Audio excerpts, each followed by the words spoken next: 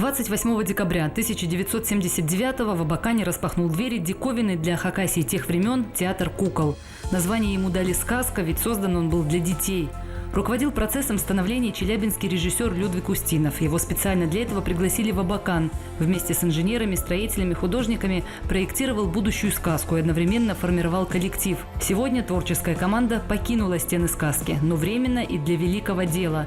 В театре стартовал капитальный ремонт. Такого здесь не было с момента открытия. Меняется все. Остаются только стены в тех размерах, площадях, которые были. В этом году мы планируем закрыть полностью контур, то есть заменить окна, полностью завершить работы по отделке фасада, по восстановлению фасада.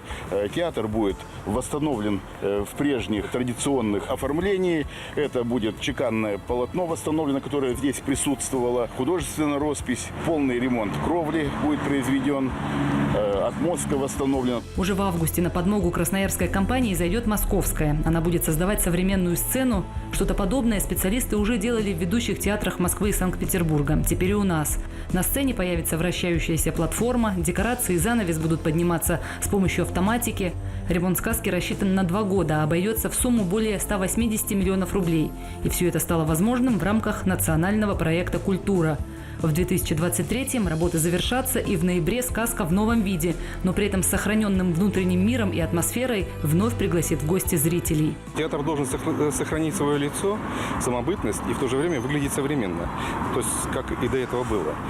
И чтобы равно как взрослый зритель, так и малыши приходили и чувствовали себя комфортно и уютно в этом театре. Поэтому для этого все делается. Раритетные вещи, как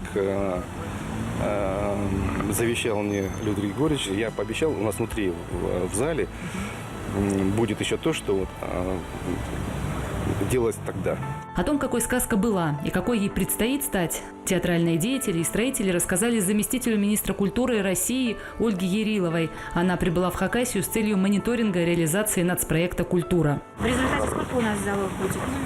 2. 2 здесь, да? Один зал на 200 мест и один зал на 30. На 30 мест для самых маленьких. Для малышей. Да? Для малышей. Подушками такой, да? Да, совсем, Совсем. Да, Театр совершенно сделал верно. самостоятельно за счет спонсорских мест этот зал. Понятно, что сейчас будет другим после реконструкции, после капитального ремонта, более современным. А это уже правительственную делегацию встречает Абаканская модельная библиотека «Ровесник». В новом формате она работает больше года. История же библиотеки начинается в 70-м. С 99-го переехала в эти стены, на первый этаж жилого дома, в помещении бывшего магазина. Чтобы зал торговый перевоплотить в зал читальный, обычных косметических ремонтов было недостаточно. И только в рамках нацпроекта «Культура» удалось провести капитальную перезагрузку. Не только ремонт требовался, вообще полностью вся перезагрузка библиотеки, она произошла. Сейчас все равно очень много уходит в электронный формат. Не только книга бумажная, она котируется, но и книга электронная, потому что молодежь у нас сейчас мобильная. А такое место в городе, оно нужно как место встречи, как место общения, как место проведения каких-то мастер-классов, мероприятий. В любое время можно без звонка прийти, и все время что-то происходит. Поэтому вот такой модельный формат библиотеки – это, конечно, подарок. Модельная библиотека – это значит образцовая, оснащенная современным цифровым оборудованием, с богатым книжным фондом, использующая в работе новейшие информационные технологии. У нас много буктрейлеров по книгам.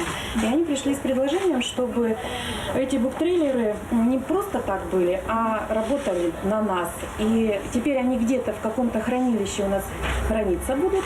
А QR-коды на книге мы разместим, и каждый читатель может подойти по QR-коду, считать QR-код и увидеть буктрейлер на ту книгу, которую он хотел бы взять. Но это все в проекте разрабатывается. Молодые ребята нам помогают. Буктрейлеры нацелены на пропаганду чтения. А почитать здесь можно не только книги традиционные в переплете, таких в «Ровеснике» 25 тысяч, но и цифровые. Доступ в электронные библиотеки открыт каждому. И несмотря на то, что целевая аудитория «Ровесника» детско-юношеская, посещают ее абаканцы разного возраста.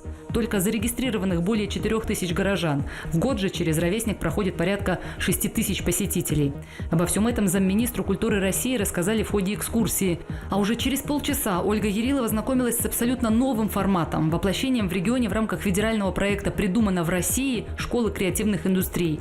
Такие сейчас создаются по всей стране. В Сибири их пока 7, включая Хакасию. На их открытие выделено 350 миллионов рублей. Уже в сентябре в стенах школы начнут работать 6 студий компьютерного дизайна, интерактивных цифровых технологий, анимации, фото- и видеопроизводства, современной электронной музыки и звукорежиссуры. Каждую презентовали Ольге Яриловой, преподаватели школы.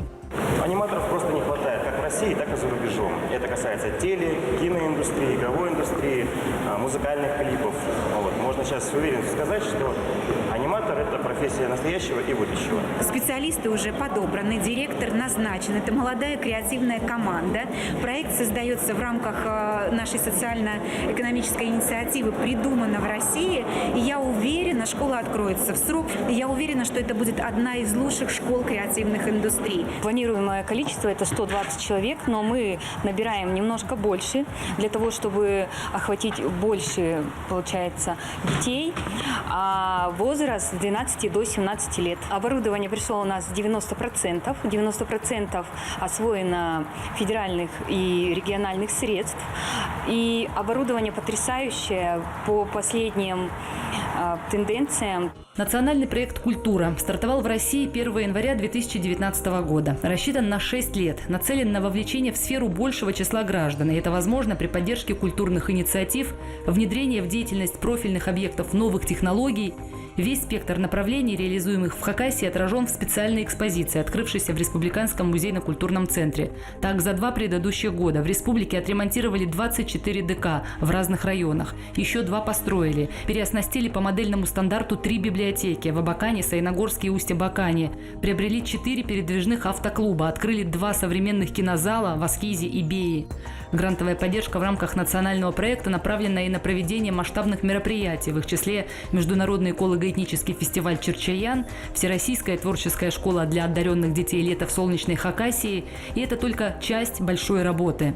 Реализация национального проекта культуры позволяет закрывать наиболее острые, наиболее долго копившиеся проблемы. И, в общем-то, республика сегодня активно участвует. И вот за 3 года, как нацпроект реализуется, конечно, проведена огромная работа. Ну и мы стараемся исполнять те обязательства, которые мы взяли на себя перед федерацией, чтобы все те средства, которые нам выделяет Министерство культуры, они шли на эти цели и в полном объеме, так сказать, давали эффект для развития данной сферы. Сегодня абсолютно все регионы Хакасии, не исключение, нуждаются в той поддержке, которая есть в рамках национального проекта «Культура». Почему? Да потому что она направлена в первую очередь на поддержку тех учреждений культуры, которые они не имели десятками лет. Это сельские территории и это малые города. На Сибирь на сегодняшний день выделено более 12 миллиардов рублей по разным направлениям. На эти средства в Сибирском федеральном округе уже отремонтировали 216 ДК, 143 детских школы искусств, модернизировали 115 библиотек, приобрели 76 автоклубов, реконструировали 8 театров, оплатили более 1 миллиона билетов в рамках проекта «Пушкинская карта». Эти промежуточные итоги реализации национального проекта и перспективы его развития в регионе обсуждались в рамках мониторингового совещания. Его участниками стали представители профильных министерств всех субъектов Сибири. По мнению присутствующих, работа по привлечению федеральной финансовой поддержки оказалась для областей, краев и республик непростой, но все справились. В Республике Тыва национальный проект «Культура» реализуется в плановом режиме, без сбоя.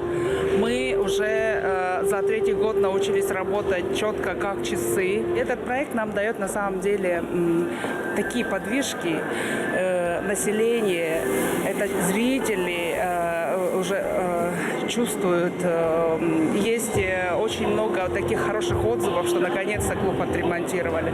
Или, то есть, очень приятно, когда это отражается на простом зрителе. Хакасия тоже уверенно держит курс на перезагрузку культурной сферы в городах и районах. В этом году в республике в рамках нацпроекта идет строительство 2 сельских ДК, капитальный ремонт еще 8 клубов, переоснащение библиотек в Саяногорске и Абакане по модельному стандарту, капремонт детской художественной школы «Колорит» в Саяногорске. А это значит, искусство станет еще более доступным. Повсеместно будут возрождаться народные традиции и промыслы. У жителей не только городов, но и малых сел появится возможность реализовать себя в творчестве.